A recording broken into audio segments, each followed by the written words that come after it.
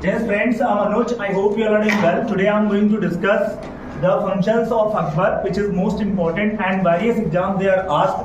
So, firstly, we should remember the dates also. These are the important year, and it is asked again and again in your exam. So, firstly, we should understand the 1662 date year, and in this year, Akbar firstly visit the Ajmer. Ajmer की उसने visit करी थी first time. That is important, है ना?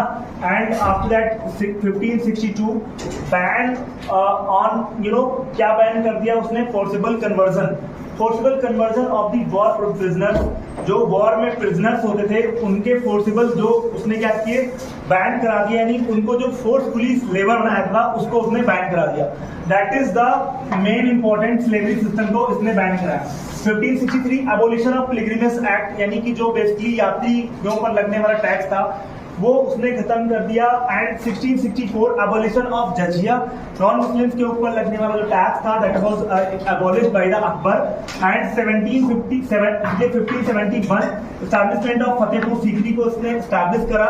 आपको पता है कि अकबर के जो बेबी गॉड नहीं हो रहा है, इसकी वजह से वो शेख जो है आपके जो सलीम चिश्ती है उनके पास जाता है, और शेख सलीम चिश्ती के द्वारा उसको जो है बोला जाता है, और उसके बाद उसको बेबी बॉर्न होता है, और उसका नाम भी वो सलीम रखता है उन्हीं की रिमेम्बरेंस में. और शहजादा सलीम जो कि आपका आगे चलकर जहांगीर बनेगा, आपको पता है, और उसको वो सेखू बाबा के नाम से भी जानता है. फिर अपन आएंगे 1574 मनसबदारी सिस्टम लेकर क्या था. Mansabdari is a word which is originate from the Arabic language which means that ओहदा और you can say that post, और ये मनसबदारी सिस्टम इसने इंप्लीमेंट किया था, ये बात याद रखिएगा. 1575 एस्टैब्लिशमेंट ऑफ द इबादत खाना, फतेहपुर सीकरी में इबादत खाना को एस्टैब्लिश करता है. And 1579 proclamation of the Mahzar written by the Sheikh Mubarak. And 1570 introduced by the dahsala system, और एक प्रकार का रेवेन्यू लैंड रेवेन्यू सिस्टम था जो इसने इंप्लीमेंट किया, और with the help of the minister Todarmal.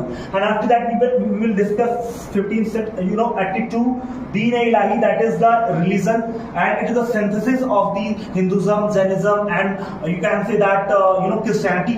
And उसने एक सिंथेसिस करके एक नया रिलीजन चलाया, और उसको अडॉप्ट करने वाला वन पर्सन था, that was the Hindu Mahesh Das, that is also known as Birbal. और एक पॉइंट यहाँ पे लैंड रेवेन्यू आप समझ पाए, नया धर्म चलाया दीन-ए-इलाही.